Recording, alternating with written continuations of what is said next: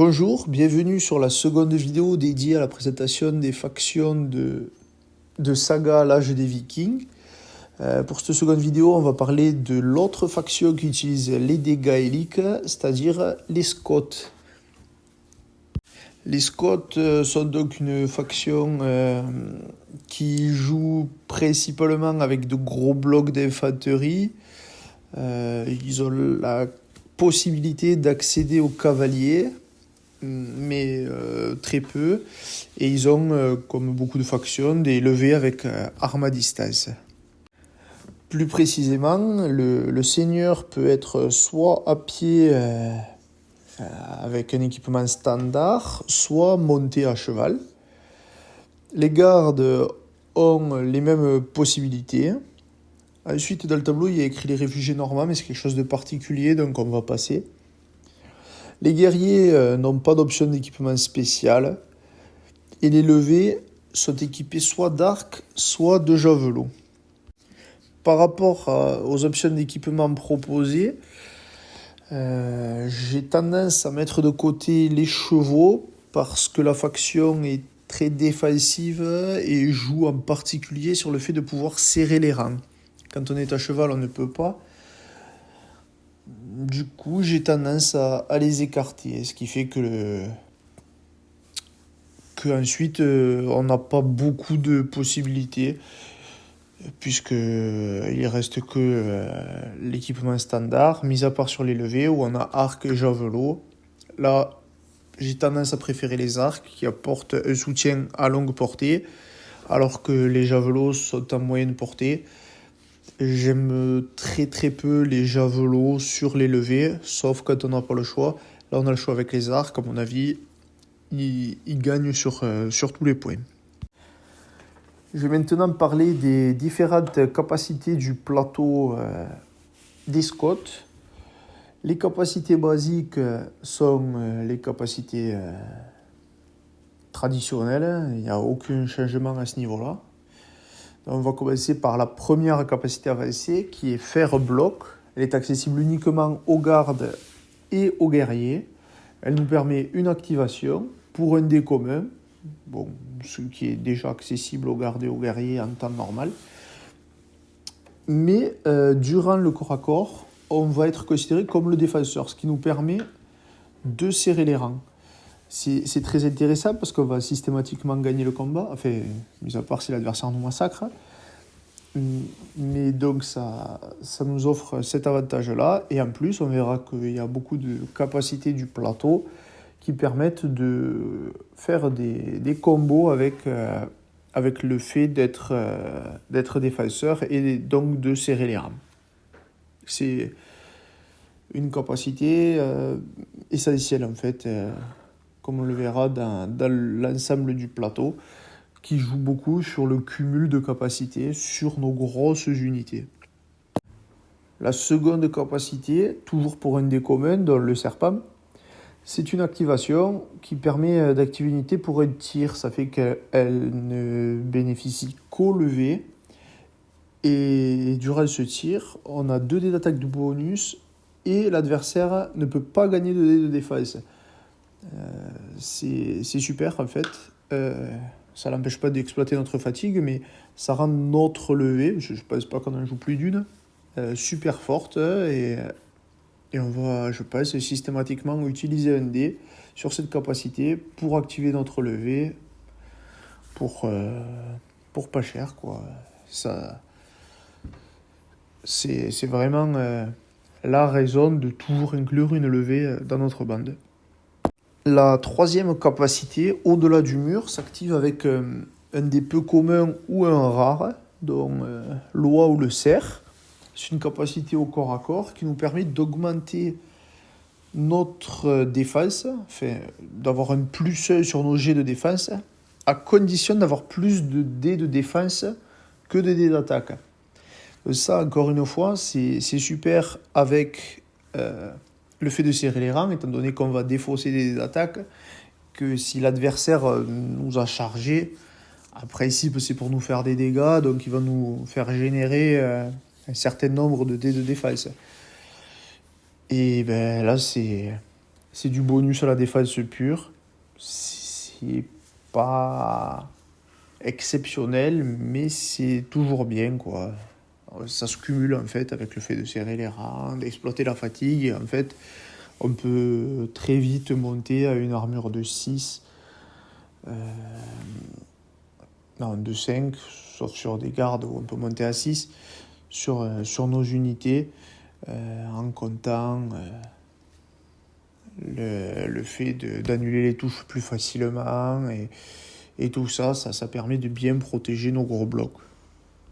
La quatrième capacité, infatigable, est une capacité que l'on peut utiliser au corps à corps après avoir serré les rames.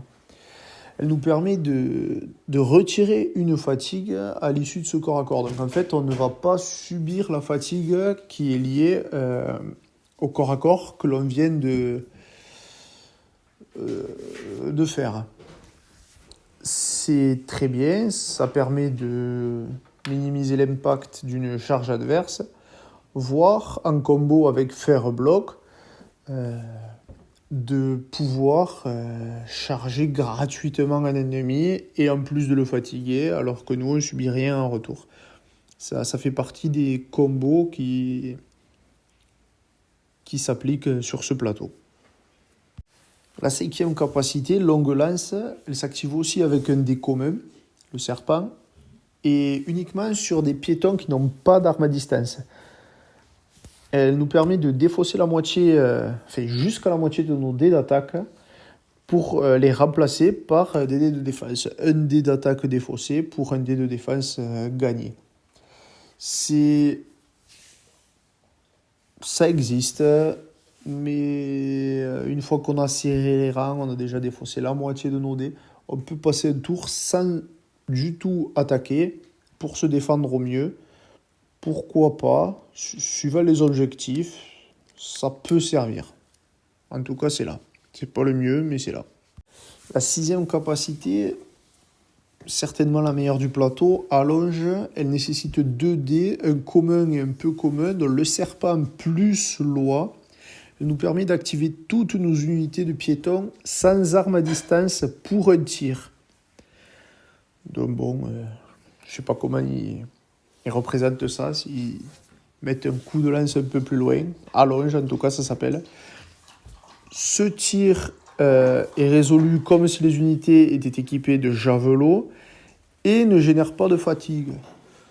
Donc peut-être que ça ne sera pas utile au tout début, mais ensuite, dès que les combats seront engagés, dès que tout va se passer, c'est de l'activation multiple, donc c'est super. Ça génère pas de fatigue, c'est super. C'est la meilleure capacité du plateau, à mon avis. Septième capacité, sans répit. C'est un ordre réaction qui nous permet donc de jouer pendant la phase adverse. Grâce à cette capacité, on peut prendre 3D sagas disponibles, ceux qu'on vient d'utiliser pendant notre tour, par exemple, pour les lancer et les placer sur notre plateau pour préparer la défense durant le tour adverse. C'est très bien. Si on peut, si on a un dé rare, le mettre dessus, c'est très très bien. Capacité tenir à distance, donc celle-là on peut l'activer avec n'importe quel dé. C'est une réaction durant un corps à corps ou un tir, elle nous fait gagner 3 dés de défense. Si on utilise le cerf, c'est-à-dire le dé rare, on peut relancer le dé et le mettre sur le plateau. Il faut juste penser de ne pas le remettre au même endroit parce qu'on ne peut pas utiliser 2 fois la même capacité pendant le tour. Mais l'utilisation est, pour ainsi dire, gratuite. Donc c'est tout bonus. Il y a pas de défaut, c'est simple, efficace. Le dé rare est pertinent. Il y a aucun problème avec cette capacité. 9e capacité, la contre-attaque. Celle-là, elle nécessite 2 dés peu communs, 2 oies. C'est pas si évident à avoir. Enfin, on les a pas tout le temps nécessairement. Mais quand on les a, c'est plutôt bon. C'est une Une capacité de corps à corps pour les gardes et les guerriers. Bon, c'est le gros de nos troupes dans cette faction. Elle nous permet de gagner 2 dés d'attaque par dés de défense dont on dispose. Donc c'est là que peuvent intervenir les combos avec longue lance notamment, qui nous fait gagner des dés de défense en défaussant des dés d'attaque. Et ensuite, on peut regagner nos dés d'attaque grâce à la grande quantité de dés de défense qu'on a. Et en fait, on fait beaucoup de dégâts et on se défend très bien. Et c'est un des principaux combos du plateau Scott, à mon avis. Voilà, que vous implorez avec vos unités de 8 gardes, avec vos unités de 12 guerriers pour massacrer, quoi. La dernière capacité, le mur de lance, utilisable par les gardes et les guerriers au corps à corps. Celle-là nécessite aussi 2 dés, un commun et un rare, le serpent et le cerf. Elle nous permet de gagner des dés d'attaque et de défense en fonction de notre armure. Bon, et d'un petit lancer de dés que normalement vous réussissez pas trop mal. Alors il faut bien la séquencer par rapport à l'utilisation des fatigues, d'avoir augmenté son armure au maximum avant de l'utiliser. Mais elle est très très intéressante. Alors ce qui est bien, c'est qu'elle s'utilise avec des dés différents de contre-attaque. Donc on peut toujours varier, entre guillemets, en fonction des dés qu'on a. Mais elle déçoit rarement, et encore moins sur les gardes qui sont moins soumis à l'utilisation de fatigue adverse. Donc sur une unité de 8 gardes, ça fait bien le boulot, quoi.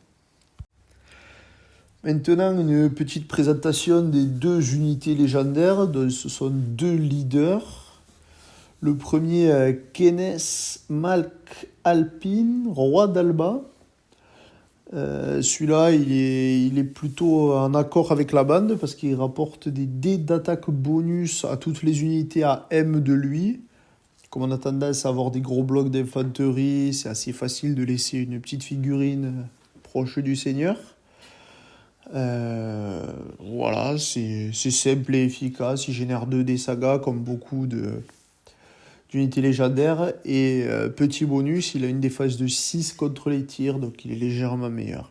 Ensuite, il a un petit effet traître qui repose quand même sur des lancers de dés. Je pense qu'il est bonus. Si ça marche, ça marche. Si ça marche pas, tant pis. Mais c'est pour le reste qu'on le prend.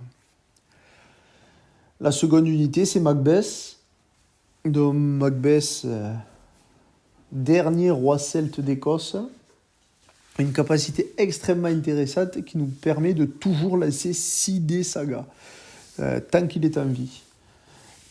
Donc, elle nous permet de faire des énormes unités sans avoir besoin d'en avoir beaucoup. Bon, il faut quand même tenir la table, mais c'est super intéressant et ça apporte une autre vision de la faction. Et ensuite, c'est ce que j'avais dit au tout départ, il nous permet de jouer les exilés normands, qui sont une unité de garde à cheval légèrement améliorée.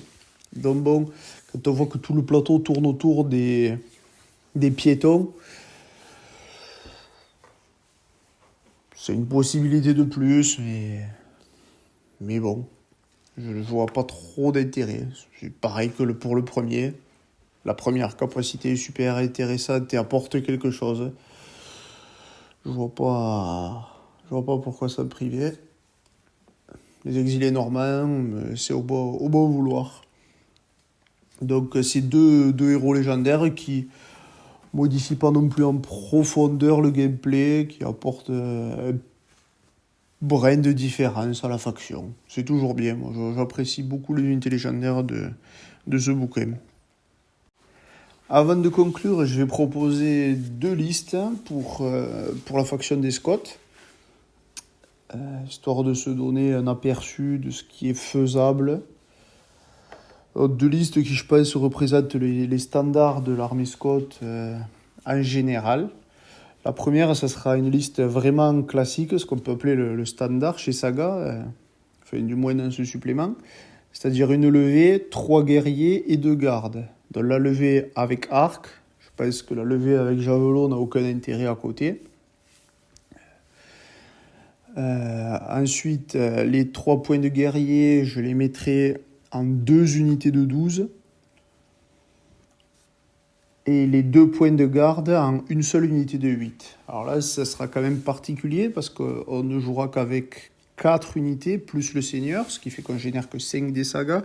Je pense que c'est une des plus faibles générations de dés sagas jouables. En dessous, après, ça risque quand même d'être très peu. Mais ça nous permet de maximiser l'effet de nos capacités. Qui sont très bonnes et qui nous permettent de sauvegarder justement les gros blocs d'infanterie. La seconde liste, qui je pense est un peu plus simple à appréhender, en fait on vire les gardes et on les remplace par des guerriers. Ce qui fait qu'on se retrouve avec toujours notre point de levée et 5 points de guerriers, ce qui représente 40 guerriers répartis en 4 unités de 10. Là, du coup, ça nous permet d'avoir une unité de plus, donc de générer un dé saga de plus. Ce qui, je pense, est plus confortable pour l'attribution des dés, mais nous prive de garde, donc de l'effet garde du corps. Puis, ça, c'est toujours pareil, il y en a qui aime beaucoup l'unité de 8 gardes, qui tartine bien. Elle a son intérêt. De toute façon, c'est pour ça que je propose les 2 variantes. Là, ça sera au goût de chacun, mais à mon avis, ce sont les 2 options qui permettent de bien jouer cette armée. Enfin, c'est pas exhaustif, mais 2 options de base. Je vais passer à la conclusion en citant les avantages et les inconvénients de cette faction, les points forts et les points faibles. Les points forts, ce sera la bonne défense de l'armée. Ça sera sa capacité à faire des combos. C'est assez intéressant de devoir placer ses dés correctement, de les activer au bon moment, dans le corps à corps que l'on a bien choisi. C'est une façon de jouer qui est plaisante, peut-être un peu difficile à mettre en place, mais une fois que ça tourne, qu'on sait comment faire, c'est quand même plaisant. Ensuite, les blocs de piétons. Moi, je mets ça dans les avantages parce que j'aime beaucoup jouer des grosses unités de piétons. Bon, alors, grosses unités, c'est 12 à saga, mais ça compte. Donc ça, c'est ça des bonnes choses. Ensuite, pour les défauts, c'est le manque de diversité finalement, parce que j'ai proposé 2 listes et 2 listes qui sont assez similaires, et ça c'est un peu comme leur cousin gaélique. Les chevaux, je vois pas du tout l'intérêt. Alors autant chez les Irlandais j'avais réussi à trouver quelques intérêts dans les configurations particulières, autant chez les Scots, à la vue du plateau, j'ai vraiment aucun attrait pour les chevaux. C'est pas que je déteste les chevaux, hein. Déjà, ils sont pas mis à l'honneur dans le supplément Âge des Vikings en général, sauf pour certaines factions, mais ça reste marginal. Mais alors là, chez les Scots, c'est vraiment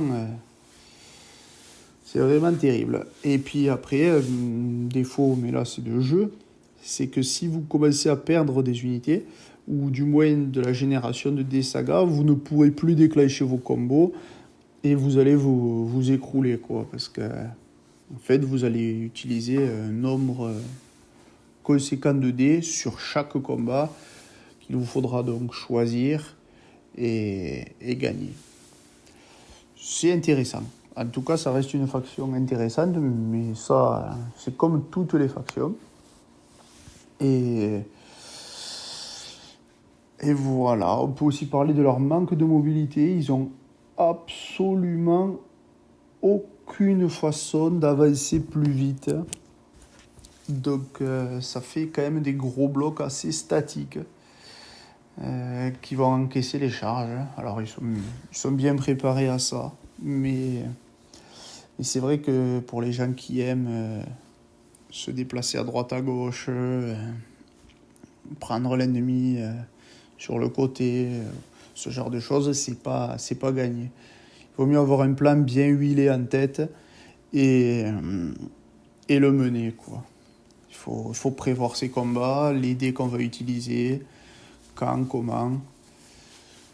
C'est une façon de jouer, c'est très mécanique, mais c'est plaisant quand ça marche bien. Voilà. On pourrait noter que ça joue beaucoup avec les dés communs, ce que je trouve est une bonne chose. Et ça joue très peu avec les oies, finalement. Pas besoin d'énormément. C'est assez équilibré, je pense qu'on n'a pas trop de mal à faire tourner le plateau. Comme d'habitude, l'habitude, au bout de 2 vidéos, c'est vite dit. Je remercie les gens qui ont écouté jusque-là. Et puis je remercie les gens aussi qui m'ont fait des retours sur la première vidéo.